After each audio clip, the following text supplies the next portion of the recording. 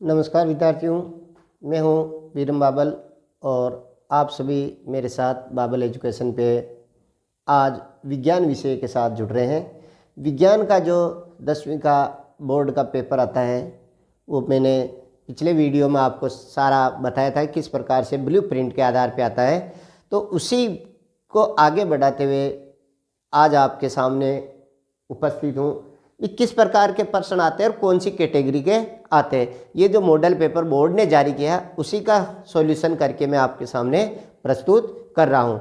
तो बिना समय गंवाए आगे बढ़ते हैं। आगे बढ़ने से पहले मैं आपसे निवेदन करूँगा कि अगर आपने चैनल को सब्सक्राइब नहीं किया अभी तक तो ज़रूर नीचे एक बटन आ रहा होगा, उसको दबा दीजिए और इसके साथ ही अपने दोस्तों को भी शेयर कर दीजिए, लाइक भी कर दीजिए ताकि अपन इसको आगे बढ़ा सकें।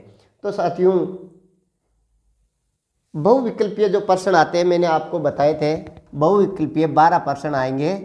कितने आएंगे? 12 प्रश्न आएंगे। एक ही मानते हुए से एक में 12 प्रश्न आएंगे, जो इस प्रकार से आपको 6 का सॉल्यूशन यह दिखाई दे रहा है। मानव में फुफ्फुस किस तंत्र का भाग है? यानी ये जो है अवबोध के, यानी छंटनी करनी है अपने को ज्ञान है, उस ज्ञान के आधार पर उसको छंटनी करनी है कि भाई ये किस तंत्र का है। पोषण का तो नहीं हो सकता क्योंकि पोषण तो पचाने वाला है। उत्सर्जन का भी नहीं हो सकता, उत्सर्जन में वृक्क आता है जिससे जो है उत्सर्जन होता है। और परिसंचरण जिसमें खून का जो है सर्कुलेशन होता है, इसमें हृदय आते हैं, जो इसमें आता है श्वसन। तो मानव में फुफ्फुस किस तंत्र का भाग है?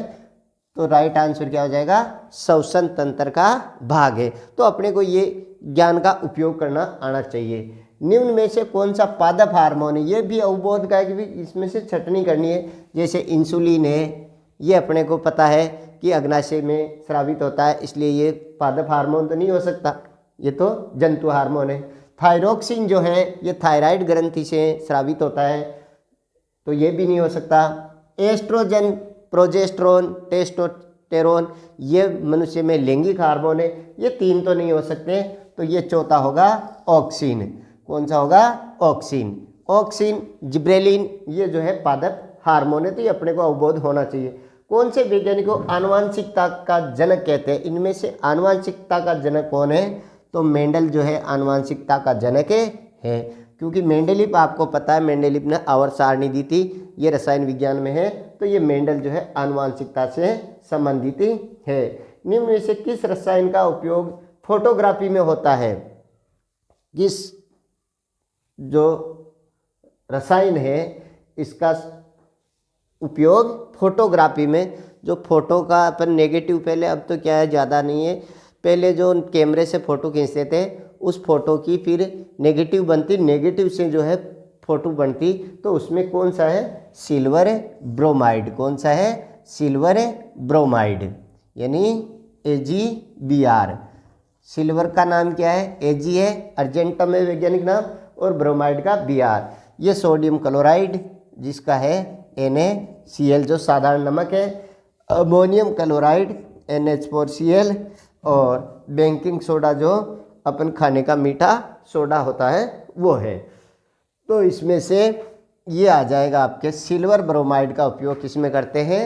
फोटोग्राफी में करते हैं। किसका? सिल्वर ब्रोमाइड का। प्लास्टर ऑफ पेरिस का सूत्र है। प्लास्टर ऑफ पेरिस का पता ही है आपको, जब कोई हड्डी वगैरह टूट जाती है तो अपने हाथ पे जहाँ हड्डी टूटी है उसके ऊपर जो पट्टा चढ़ाते हैं वो प्लास्टर ऑफ पेरिस का है, जिसको POP कहते हैं। मकानों की छत की जो डिजाइनें नीचे बनती है वो डिजाइनें भी POP की बनती है, प्लास्टर ऑफ पेरिस की बनती है। तो प्लास्टर ऑफ पेरिस है, इसका सूत्र है CaSO4 हाफ H2O।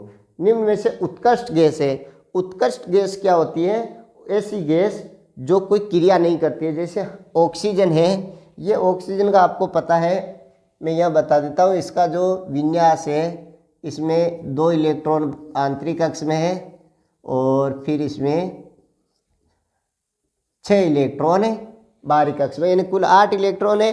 तो 8 में से जो है 6 आ गए। अब इसको कितने की ज़रूरत है? 2 की ज़रूरत है, तो ये क्रिया करती है। इसी प्रकार से हाइड्रोजन है, ये भी क्या है, इसमें भी एक ही है, तो ये एक दूसरे से लेगा तब इसका आंतरिक कक्ष 2 पूर्ण होगा। इसी प्रकार से CO2 जो है इसका क्या है, ये कार्बन के कितने हैं, 2 और 4 6। अब इसमें कितने ऑक्सीजन जुड़ेंगे, 2 ऑक्सीजन जुड़ेंगे, 1 2 1 2 3 4 5 6। इसी प्रकार से यहाँ बना देते हैं अपन 1 2 3 4 5 6।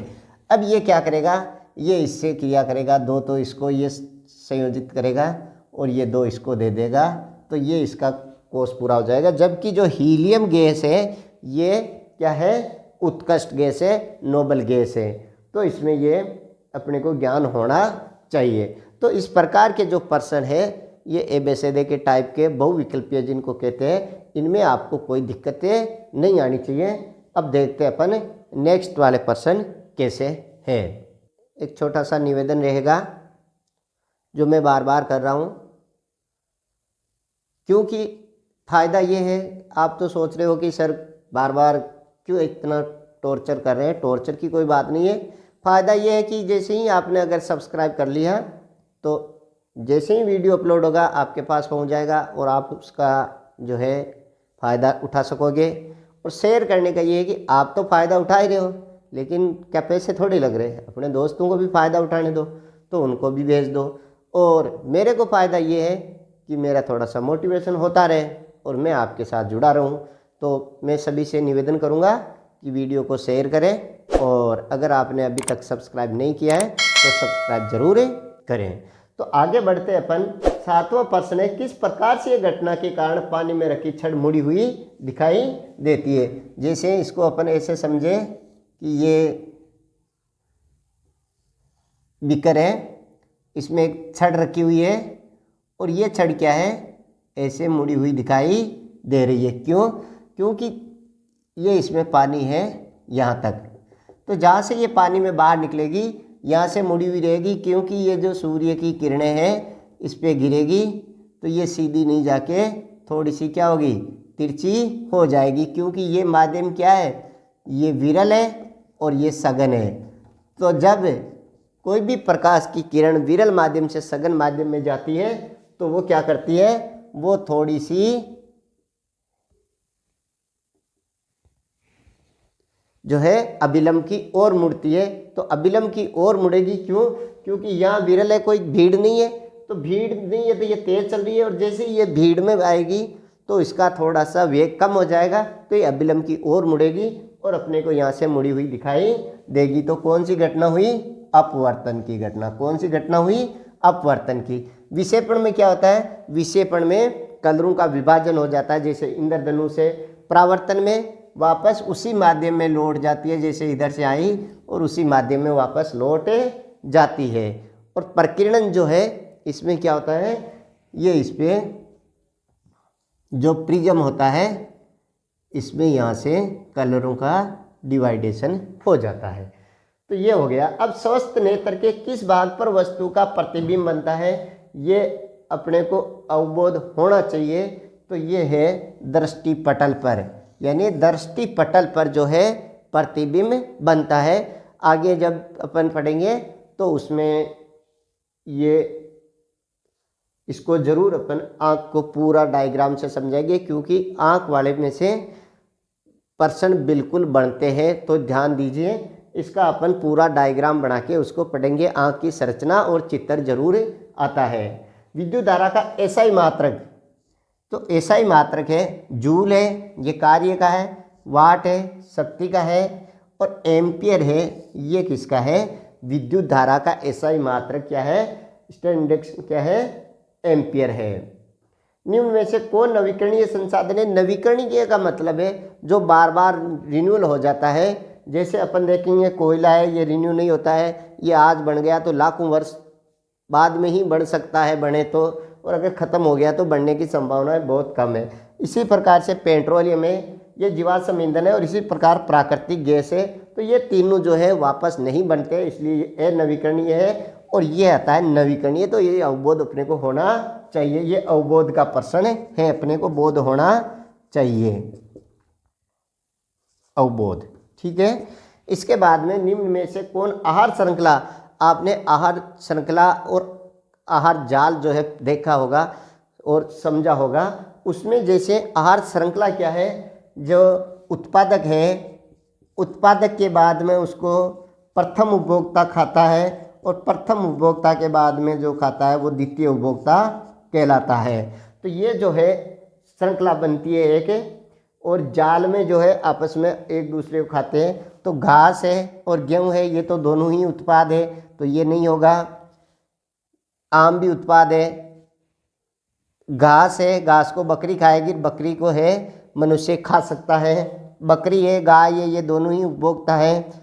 हाथी भी उपभोक्ता है तो उत्पाद है ही नहीं। घास उपभोक्ता है नहीं। मछली है, मछली घास नहीं खाती है, तो ये भी नहीं होगा, ये भी नहीं होगा। कौन सा होगा? बे वाला राइट आंसर होगा आपके, कि घास को बकरी खाएगी और बकरी को मनुष्य खाएगा। तो ये आहार है। जैसे घास है, घास को कीट खाता है, कीट को चिड़िया खाती है, तो ये भी एक आहार श्रृंखला है। इसी प्रकार से घास है, उसको कीट खाता है, कीट को मेंढक खाता है, मेंढक को सांप खाता जाता है। तो ये इस प्रकार से आहार श्रृंखला बनती है। टिहरी बांध है, ये गंगा नदी पर है, क्योंकि इसमें थोड़ी सी ज्योग्राफी भी अपने को पता होनी चाहिए। तो ये जैसे नर्मदा नदी है, ये तो गुजरात में बहती है। सोन नदी है, ये गंगा की सहायक है। और चंबल नदी है, ये भी गंगा यमुना की सहायक है, जो अपने राजस्थान, मध्य प्रदेश है, राजस्थान में यूपी में जाके मिल जाती है गंगा नदी में। तो टिहरी बांध है, ये गंगा नदी पे बना हुआ है। तो साथियों, ये प्रश्न कैसे लगे इसके बारे में आप कमेंट जरूर कीजिए।